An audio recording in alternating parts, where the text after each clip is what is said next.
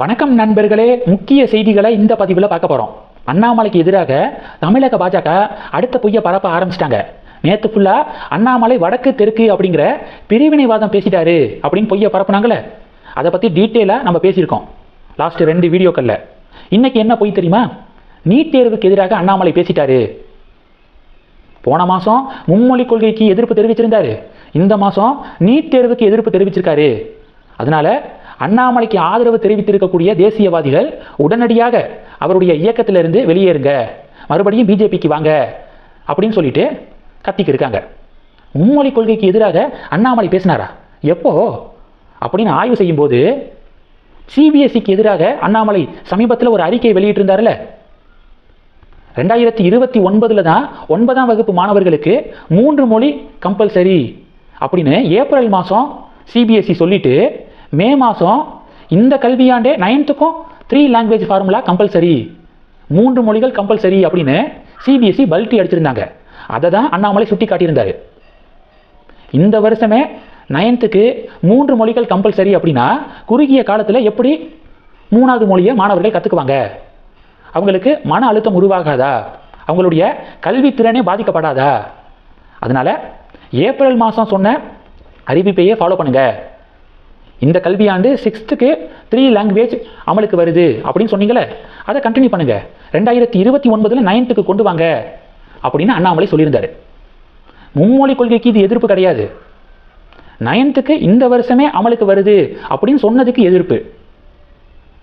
இதே தான் இப்போ நீட் தேர்வு விவகாரத்திலையும் அண்ணாமலை சொல்லியிருக்காரு. நீட் எக்ஸாமினேஷன் இதுக்கு முன்னாடி நடந்து கொஸ்டின் பேப்பர் லீக் ஆனதுனால நடந்த தேர்வே ரத்து பண்ணாங்க சென்ட்ரல் கவர்மெண்ட். ஜூன் 21 மறுதேர்வு நடக்குது நாடு முழுவதும். அது சம்பந்தமாக அண்ணாமலை ஒரு பதிவு போட்டிருக்காரு. அண்ணாமலையுடைய பதிவை 3 கேட்டகரியாக நம்ம பிரிக்கலாம், 3 பார்ட்டா. ஃபர்ஸ்ட் பார்ட் என்ன தெரியுமா? இந்த நீட் மறுதேர்வுக்கு எந்த அளவுக்கு சென்ட்ரல் கவர்மெண்ட் கொஸ்டின் பேப்பர்லாம் லீக் ஆகாமல் இருக்கிறதுக்கு நடவடிக்கை எடுத்திருக்காங்க அப்படிங்கிறத ஃபர்ஸ்ட் பார்ட்டில் சொல்லியிருக்காரு. கொஸ்டின் பேப்பர்ஸுக்கு சிஆர்பிஎஃப் சிஐஎஸ்எஃப் உடைய பாதுகாப்பு இருக்குது. அவங்களுடைய பாதுகாப்பில் இந்திய விமானப்படையுடைய விமானத்தில் நீட் தேர்வு கொஸ்டின் பேப்பர்ஸு மையங்களுக்கு கொண்டு போக போகிறாங்க. அப்போது கொஸ்டின் பேப்பர் லீக் ஆகாது. 1. 2வது, ஆர்டிஃபிஷியல் இன்டெலிஜென்ஸை பயன்படுத்தி நவீன முறையில் கண்காணிக்கிறாங்க. கொஸ்டின் பேப்பர் லீக் ஆகாமல் இருக்கிறத கண்காணிக்கிறாங்க. 2. 3வது, பிரதமர் மோடியே நேரடியாக மானிட்டர் பண்ணுறாரு. இது மாதிரி கொஸ்டின் பேப்பர் லீக்கை தடுக்கிறதுக்கு சென்ட்ரல் கவர்மெண்ட் பல நடவடிக்கை எடுக்கிறாங்க. டெஃபினட்டாக மாணவர்கள் இதை பாராட்டுறாங்க. இராணுவ விவகாரத்தில் எப்படி அதிகபட்ச செக்யூரிட்டியோட ஒரு விஷயம் நடக்குமோ அது மாதிரி நீட் தேர்வு ரீடெஸ்ட்டுக்கு ப்ராசஸ் நடந்துக்கிருக்கு. இது ஃபர்ஸ்ட் பார்ட்டு. 2வது, நார்மலாக நீட் தேர்வு எழுத போகிற ஸ்டூடெண்ட்ஸை சோதனை செய்வாங்கள்ல, செக்கப் பண்ணுவாங்கள்ல. தீவிரமான சோதனைக்கு பிறகு தான் மாணவர்கள் எக்ஸாம் ஹாலுக்குள்ளே அனுமதிக்கப்படுவாங்க. இப்போது நீட் ரீடெஸ்ட்டில் செக்கப் பண்ணுறதுல இன்னும் கெடுபிடிகள் அதிகமாகிறதுக்கு சான்ஸ் இருக்குது. இது தேர்வு எழுத போகிற ஸ்டூடெண்ட்ஸுக்கு மேலும் பதட்டத்தை உருவாக்கும்.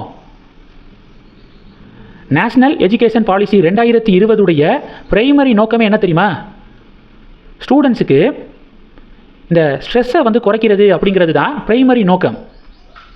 பிரைமரி அப்ஜெக்டிவே ஸ்டூடெண்ட்ஸுக்கு ஸ்ட்ரெஸ்ஸை குறைக்கிறது தான். அப்படிப்பட்ட சூழலில் சோதனை செய்கிறேன் அப்படிங்கிற பேரில், செக்கப் பண்ணுறேன் அப்படிங்கிற பேரில் கெடுபிடிகள் ரொம்ப அதிகமாக இருக்கும்போது ஸ்டூடெண்ட்ஸு மன அழுத்தத்துக்கு உள்ளாவாங்க. அதை பார்த்துக்கோங்க அப்படின்னு 2வது சொல்லியிருக்காப்புல.